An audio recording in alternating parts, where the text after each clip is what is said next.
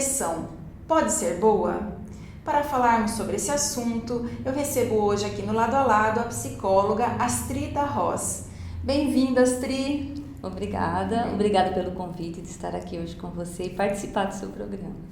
Eu é que agradeço, ainda mais para falar de um assunto assim, um pouco espinhoso, né, Astrid? Que normalmente, né, as pessoas, quando a gente fala sobre depressão, né, tem uma sensação assim de uma coisa muito pesada, muito ruim, né, que compromete muito a vida da pessoa, né? Então, esse é um lado da depressão, né? Mas existe um lado bom mesmo da depressão? Sim, né? A gente pode falar de depressões que são normais, que fazem parte da vida e que, né, são uma conquista do amadurecimento, por incrível que pareça, né? Ela é importante na vida da pessoa. Como que isso pode se tornar uma coisa importante, né, na vida de uma pessoa? Isso tem muito a ver com o desenvolvimento da criança. Lá no comecinho.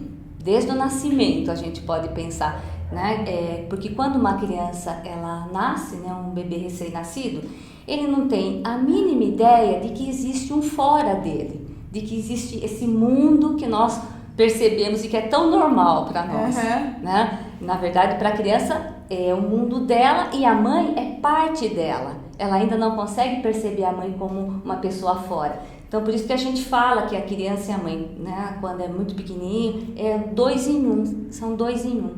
Então, não existe uma mãe sem bebê e um bebê sem uma mãe. Tá? Tanto que quando a gente fala, né, a gente imagina um bebê recém-nascido, a gente não imagina ele sozinho. A gente imagina sempre ao lado, né, da figura materna ou de alguém que cuida. Que tipo de comportamento que a figura materna tem que ter para que a depressão não aconteça uma depressão mais para frente, na vida adulta?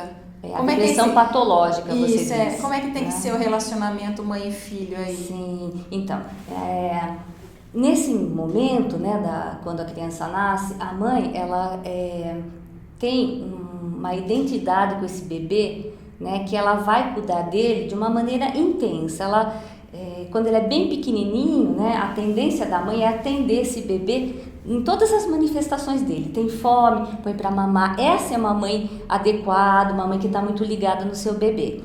E o bebê começa a ter, à medida que ele vai crescendo, né, reações espontâneas, né, de movimentação. Ele pode morder o mamilo da mãe. E dói, hein?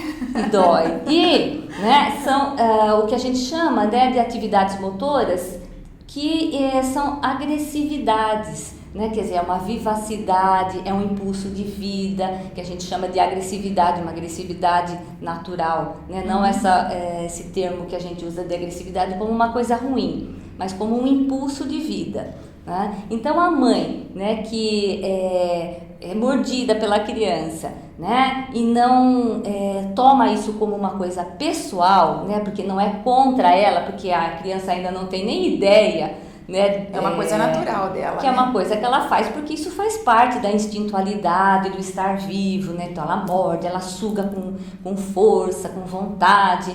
E muitas vezes a mãe pode se sentir agredida pela criança e ter uma atitude negativa, né? E isso inibe o impulso da criança, né? À medida que ela inibe o impulso, essa criança vai ficar retida, né? Ela vai começar a perceber que ela não pode fazer isso. Isso não é bom para a criança, né? Na verdade, a mãe tem que acolher esse movimento da criança e dizer, ai, né, doeu tudo, mas estou forte, firme, porque não é contra a mãe, né?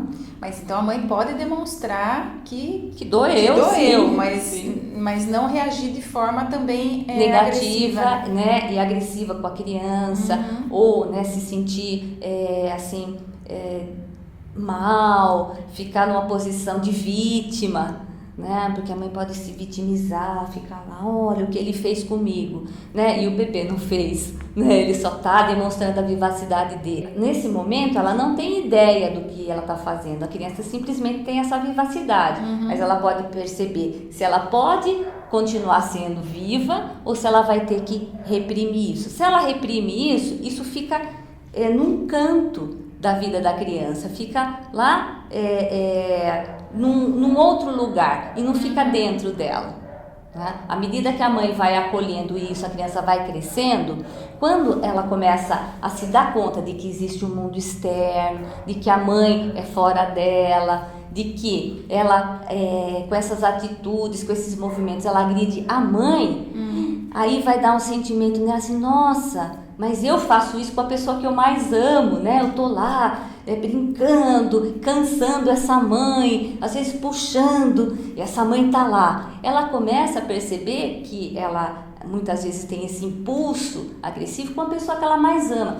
E aí começa a criança a se sentir preocupada com o outro, a ter um sentimento de culpa e que ela não tem o controle sobre, né, a realidade externa, como ela achava que ela tinha antes, né, que o bebê é o rei, né, tudo gira em torno dele. Tem um dado momento que ele percebe que não é assim, as coisas não giram em torno dele. Então começa, como você falou, né, a ter uma frustração, a ter uma coisa que ele percebe que, né, não está no controle dele. E nesse momento, né, ele é capaz de ter uma depressão no sentido de uma posição depressiva, uma desilusão, né, de que ele também carrega dentro dele, né, a destrutividade, além do amor.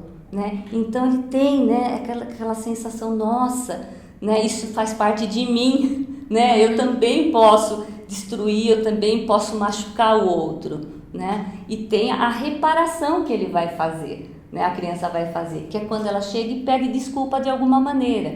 Ela dá uma florzinha, ela vai se encostando, até que ela dá um beijinho, até que ela aprende a falar desculpa.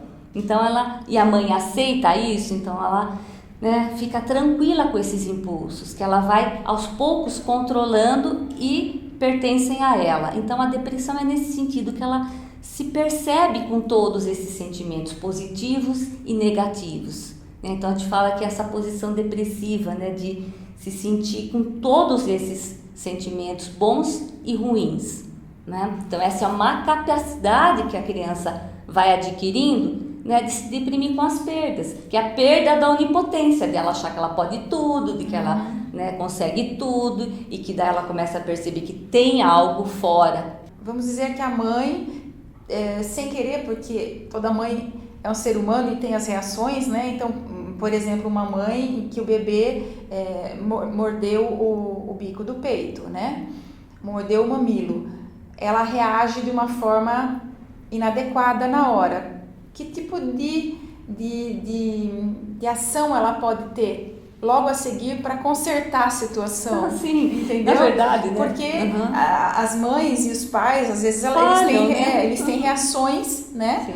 E podem falhar. Então, qual é a forma de consertar essa situação? Né? Uma coisa só é traumática para a criança se ela se repete, né, ao longo do seu desenvolvimento. Se um dia a criança mordeu a mãe e a mãe ficou, né, muito irada com aquela reação da criança, né, ok.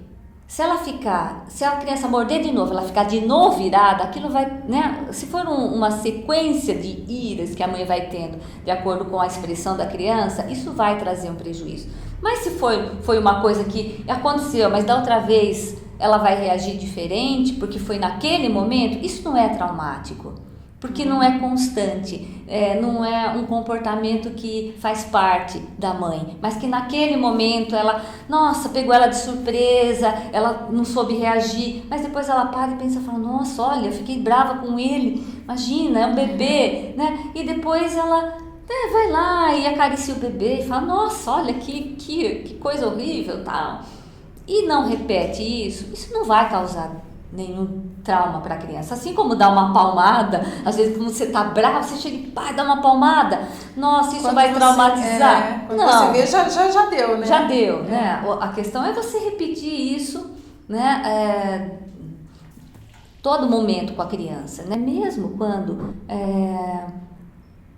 a mãe tem uma criança nova e o irmãozinho começa a demonstrar irritabilidade, muitas vezes o bebê quer pegar o neném e já viu, né? Ele vai lá e aperta a bochecha, né? É uma expressão do ciúme e é uma agressividade. Se essa mãe não acolhe, como nós estávamos falando, vem aqui, é o seu irmãozinho, né? Mas legitima o ciúme, ela legitima, porque ela não vai lá e fala, nossa, como você é horrível, olha o que você está fazendo com o seu irmão. Nossa, isso para a criança, né? Porque na verdade ela está fazendo isso porque ela está enciumada, o outro está vindo tomar o lugar dela, então ela vai ter umas atitudes agressivas, que a mãe tem que fazer, não pode fazer isso, é o seu irmãozinho, mas não dizer como ele é horrível, não como ele é, né, um monstro quando ele faz isso. Não, é acolher isso, lidar com isso, para que a criança, legitimando o sentimento da criança, ela está com raiva, ela está com ciúmes, né, ela quer matar aquele bebê que está ali. E a gente precisa acolher isso, porque isso vai dar essa integração que eu falei para você.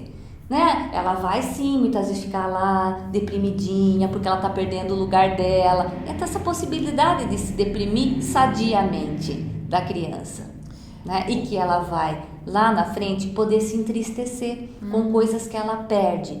Ela pode, né, se entristecer e, como eu falei para você, isso ser um processo natural. Ela pode entrar numa depressão que ela fique meio sem energia, que ela fique mal. Mas se for uma depressão dessas que nós estamos falando, que de perdas, de coisas que fazem parte do dia a dia, ela consegue sair disso sozinha. Esse tipo de depressão é uma depressão natural. Natural e boa. E não patológica. E não patológica. Né? Por quê? Porque aí quando ele se torna adulta, essa criança se torna adulta, quando ela tiver uma perda, né, ela vai poder ficar com esse sentimento de perda. Por exemplo, perde um namorado, né? Uma pessoa perde um namorado, uma moça, um moço, né? Então vai vir aquele sentimento de tristeza, de mal-estar, e vai vir raiva, não vai? Porque ela fica com raiva do namorado que às vezes traiu, que deixou de gostar dela ou ele, né? Então fica esse misto de sentimentos que, como ela já conseguiu elaborar lá atrás, né? Ela vai ficar com aquilo, ela vai chorar, ela vai ficar mal, mas uma hora isso vai passar. Vai superar. Vai superar. Então, é uma superação natural. Então, é uma depressão benéfica. Porque ela consegue ficar com raiva, com ódio, chorar, ficar triste, sentir amor por essa perda que ela teve. E uma hora isso vai passar. Ela tem que ter o apoio da família, porque essa história de falar, não, sai dessa, né? Vai se divertir, vai viajar, tudo, isso não ajuda, né? Porque a pessoa está mal, ela não consegue. Não adianta, né? Não adianta falar, vai se divertir. Não, ela precisa daquele tempo. Então a gente precisa respeitar esse tempo, apoiar, estar do lado, deixar, né, o moço ou a moça chorar, ficar mal, a gente fica lá do lado. Aguentando. Uma pergunta aí, né? Porque a mãe tem aí uma função muito importante, né, nessa questão. E a figura paterna, onde que ela entra aí? Sim, ela vai entrar, né, nessa fase que a gente está dizendo que a criança começa a ficar mais arteira, né, e começa a perceber que, né, o mundo está lá para ela descobrir, então ela vai, e essa mãe fica cansada no fim do dia porque essa criança já aprontou tanto, né, e ela tenta colocar o limite aqui, colocar o limite ali, mas a hora que chega o pai, não é o pai que chega, opa, peraí, agora está na hora de tomar banho, está na hora de dormir, está na hora de jantar. Ele ajuda a mãe, ele vai dar essa força para a mãe. É o pai que vai dar esse limite, né, mais firme, né, que quando a criança vê o pai, opa, né, a gente já tem que se colocar no lugar, porque lá vem o meu pai. Porque a mãe sempre é um pouco mais mole, né, cede mais para a criança, cede mais. E o pai vai entrar como aquela figura que realmente vai se estabelecer para ajudar a mãe. Inclusive era comum antigamente as mães dizerem, né? Você vai ver quando seu pai chegar. Sim. Que era o pai que vinha realmente e punha o limite, né? Sim, que é muito importante, porque essa ajuda que ele dá para a mãe, né? Ele adquire o respeito da criança, o amor da criança também, e a mãe se alivia. E a criança percebe, né, que tem alguém forte ali que vai dar esse suporte para a mãe e que ela vai poder, no dia seguinte, fazer as mesmas coisas, que essa mãe vai estar lá, que vai suportar e que o pai vai chegar. Então, esse movimento é muito importante dentro da família. Astrid, então fala um pouquinho agora sobre a depressão patológica. Sim, nós falamos da boa, né? Falamos que a depressão pode ser boa, mas ela tem um lado ruim, né? Tem a patologia mesmo. Isso, né? Nós falamos que tem uma depressão boa, que é quando você está integrado com os seus sentimentos e quando você tem uma perda, você vai sentir uma série de coisas boas e ruins, vai sentir uma tristeza imensa, às vezes você vai ficar muito sem energia, mas com o apoio, né, dos familiares, dos amigos, você vai se recuperando daquilo. E apoio é compreensão. Você poder ficar naquele estado o tempo que você precisar para sair. Né? Agora, tem depressões, né, as patológicas, que surgem do nada. De repente, a pessoa não sabe por quê, mas ela começa a se sentir mal, né, se sentir sem energia, insatisfeita. A vida dela fica paralisada, ela não consegue trabalhar. Então, é uma depressão diferente. Só o apoio do amigo e da família não é suficiente para tirá-la dessa depressão. Então, ela vai precisar, sim, muitas vezes de um apoio medicamentoso e de uma psicoterapia. Muitas vezes, né, o medicamentoso entra um pouco depois. A gente faz uma avaliação, né, da pessoa que chega em psicoterapia e faz um diagnóstico para entender se ela vai precisar logo dessa medicação ou se com a própria terapia ela consegue. Se for uma depressão muito profunda, não tem jeito. A gente encaminha, né, para o psiquiatra e ele medica. Então, a pessoa que está muito sem energia, às vezes ela precisa da medicação, porque senão nem a terapia consegue não vai adiantar. Ter um efeito, porque ela não consegue pensar. Né? Então, a partir do momento que ela toma a medicação, ela fica um pouco melhor e aí ela consegue pensar e a gente consegue trabalhar em psicoterapia conteúdos, né, que às vezes ela nem sabe o que é, mas que a gente vai estar iniciando e falando da história de vida, de uma série de coisas, para ela começar a entender um pouco o que está acontecendo com ela. O Astrid, e entrando com psicoterapia e medicação, existe algum tempo para o resultado vir, né? Um tempo assim que se possa dizer que é razoável, né, para essa melhora vir, ou depende de cada caso? Depende de cada caso. Né? Você tem casos que em um ano você consegue, né, dar uma estabilizada e tem casos que levam muitos anos, até a retirada devagar da medicação, e tem casos que a pessoa precisa dessa medicação, né, e a gente não sabe por quanto tempo. Mas eu sempre digo, né, que bom que nós temos hoje as medicações, né, que podem aliviar os sintomas, porque assim, é muito sofrido para a pessoa, né, que está em depressão ficar com os sintomas. O risco que nós temos, né, com os deprimidos é a questão do suicídio. Né? Então precisa se ter muito cuidado para lidar com pessoas que podem, né, se matar. Né? E então assim, a família tem que estar muito atenta, o psiquiatra tem que estar muito atento, nós também, né, para preservar a pessoa dela mesma, né, porque ela entra num nível de angústia que às vezes ela prefere a morte do que ficar naquele nível de angústia. Astrid, você tem uma experiência grande, né, no trabalho com crianças, adolescentes e adultos, né? Já há quantos anos você é psicóloga? Há 28 anos. 28 anos.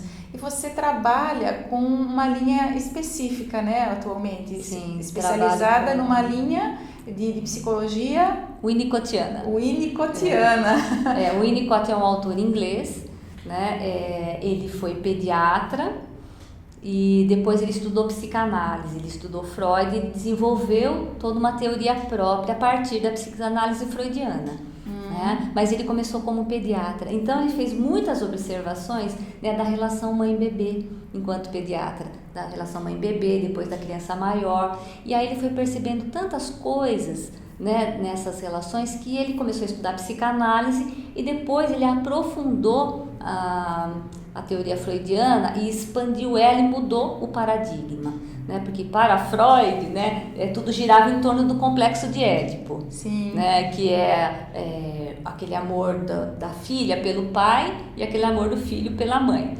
Né? Esse era o núcleo, né, da teoria freudiana, onde tudo acabava acontecendo a partir daí. E o Winnicott muda esse paradigma e ele fala, ao invés, né, da criança na cama da mãe, né, do menino na cama da mãe, para o bebê no colo da mãe. Então ele leva a teoria dele lá para o início, né, da vida da criança, que foi onde Freud não pôde estudar naquele momento, porque ele estava vendo outras coisas. Claro que ele vai tecer uma teoria, né, o Freud, a respeito da oralidade, da analidade, que é do começo de vida. Mas o Winnicott ele vai expandir mais isso, ele vai falar das doenças que ocorrem, né, como consequência, né, de uma falha ambiental no início da vida da criança. Que ele vai falar das psicoses, né, que elas se desenvolvem a partir de falhas ambientais bem no início da vida da criança. E esse início seria do nascimento até... até uns 3 anos? 3, 4 anos, sim. Né? Que bem no início mesmo é fundamental, né? Um ambiente bem acolhedor, né? Uma mãe, né, suficientemente boa, como ele fala, amorosa. Suficientemente boa, por quê? Porque nunca uma mãe vai ser perfeita. É lógico. Né? Ela tem que ser suficientemente boa, ela tem que ser amorosa, ela tem que estar muito identificada com essa criança. Astrid, eu queria aqui agradecer a sua presença aqui no programa, por essa enxurrada de informações que você passou aqui. Então, muito obrigada, viu, pela sua presença e parabéns pelo trabalho que você já realiza aí há tantos anos aí na psicologia. Obrigada, e eu espero ter contribuído, né, com o que eu falei, né, para que as pessoas possam refletir, entender, né? Obrigada, Astrid. E obrigada a você que acompanha aqui o Lado a Lado. Se você gosta, curta, comente, dê um like, recomende para os seus amigos e escreva para mim, ladoalado@uol.com.br. A gente se vê no próximo. Beijo!